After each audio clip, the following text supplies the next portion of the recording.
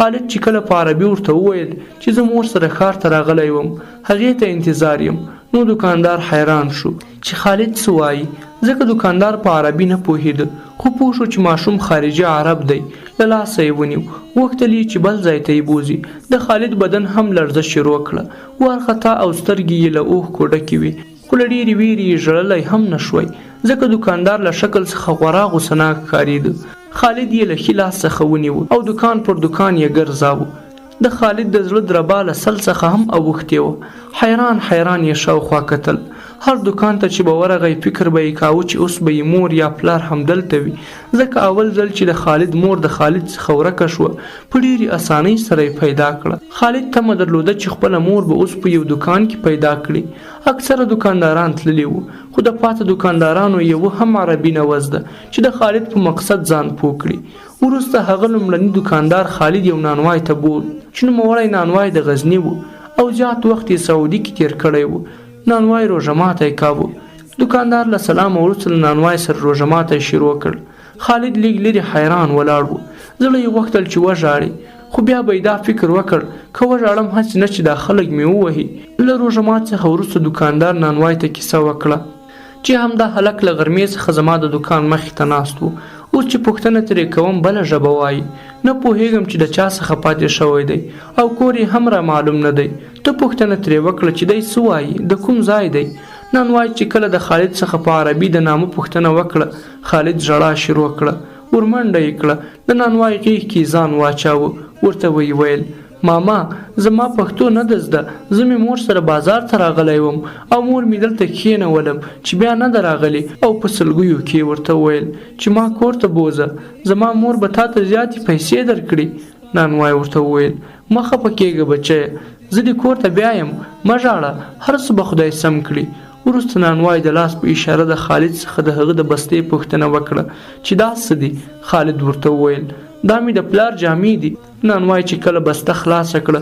ټولې د خالد خپلې جامې وي. خالد هم حیران شو. نانوای ورته وویل چې تا خو ویل دا مې د پلار جامې دي، دا خو ټولې ستا دي. خالد مسکی شو، ورته ویل ماما مور مې غلطه شوې، د پلار په ځای زما جامې له ځان سره راوړې دي. خو نانوای چې کله یوه جوړه کالي راپورته کړه، لاندې ترې بیخي زیاتې عربي پیسې او د طلا بنګړي او یو لیک پروت و. خالد چې کله وکتل نو یې نانوای ته وویل چې ماما دا مې د مور بنګړي او پیسې دي. خو نانوای فقط ترې لیک راواخیست. چې کله یې لیک خلاص کړ نو لیک کې داسې لیکلي و: د لوی او مهربان خدای پر سپېڅلې نامه، ګرانه مسلمان وروره، شاید ته خبرې چې د اسلام په لومړیو کې د مدینې خلکو رسول الله صلی الله علیه وسلم او د هغه صحابه د سر په بیه وساتل. زموږ او ستاسې په اسلام کې چې یو انسان له مرګه وژغوري لکه ټوله دنیا چې دی ژغورلی وي. الله جل جلاله شاهد دی چې موږ پر زیاتې سختۍ دلته راغلي وو چې یادونه یې ریا بولم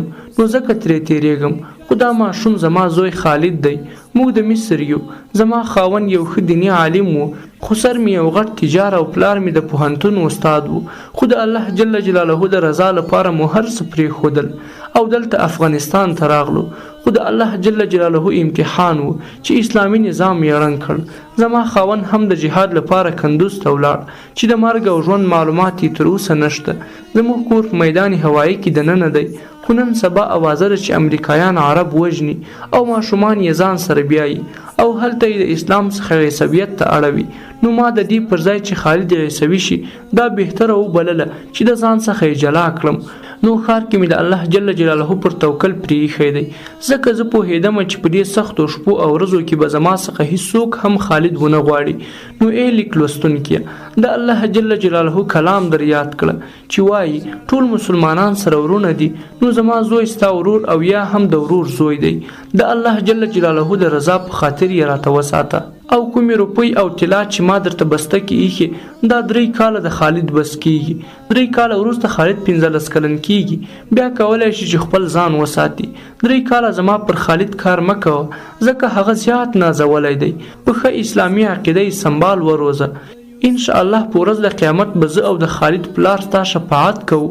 او رسول الله صلی الله علیه وسلم به هم ستا شفاعت کوي ځکه موږ د رسول الله صلی الله علیه وسلم له قبیلې څخه یو خالد مې یوازینی نازولی زوی و خو بس دا به الله جل جلاله ته منظوره وه چې خالد زما څخه جلا کړي خالد عجیبه ښه خویونه لري خالد د قرآن کریم حافظ دی خالد به کله هم تا غوسې ته مجبوره نه کړي هغه به فقط ستا د خبرو څخه پوهیږي چې کوم کار ستا خوښ دی او کوم کار ستا نه خوښیږي ګرانه وروره ته پوهیږي هیڅوک خپل یو زوی یوازې نه خوشي کوي که نه ته یې په خپل ځان قیاس کړه آیا ته به خپل ګران او هوښیار یو زوی پرېږدې او ترې تیر به شې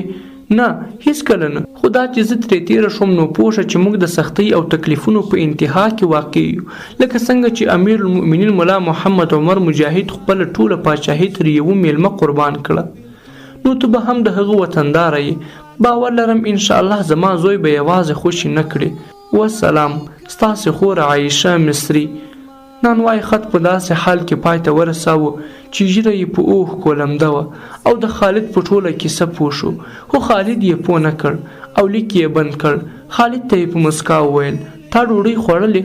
خالد په ناهیلې څهره د نه په ډول سر وښوراوه او په ژړغوني غږ یې وویل ماما تبه مې ده نور یې سترګو ته لاسونه ونیول او ژړا یې شروع کړه د ده له ژړا سره نانوای هم وژړل خو خالد ته یې تسلي ورکړه او ورته ویې ویل چې بچی مه ژاړه دوا درته راوړم خو خالد ورته وویل نه ماما دوا نه غواړم ما خپل مور ته ورسوه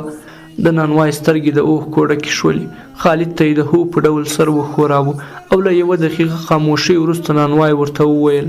بچی ته ډوډۍ وخوره بیا زه دوا درته راوړم او سهار به دې انشاءالله ستا مور ته ورسوم خالد وویل نه نه زه دلته شپه نشم کولی ما ته خپله مور ډیره یادیږي ما هم دا اوس خپل کور ته ورسوه نانوای حیران شو چې خالد یوه شپه بې موره نشي تېرولی نو ټول عمر به یې څه حال وي یوه شیبه یې سر کوز کړ چې بیرته یې خالد ته وویل بچیه ته اوس اول ډوډۍ وخوره بیا به هر څه الله جل جلاله سم کړي وروسته یې خالد ته ډوډۍ کېښوده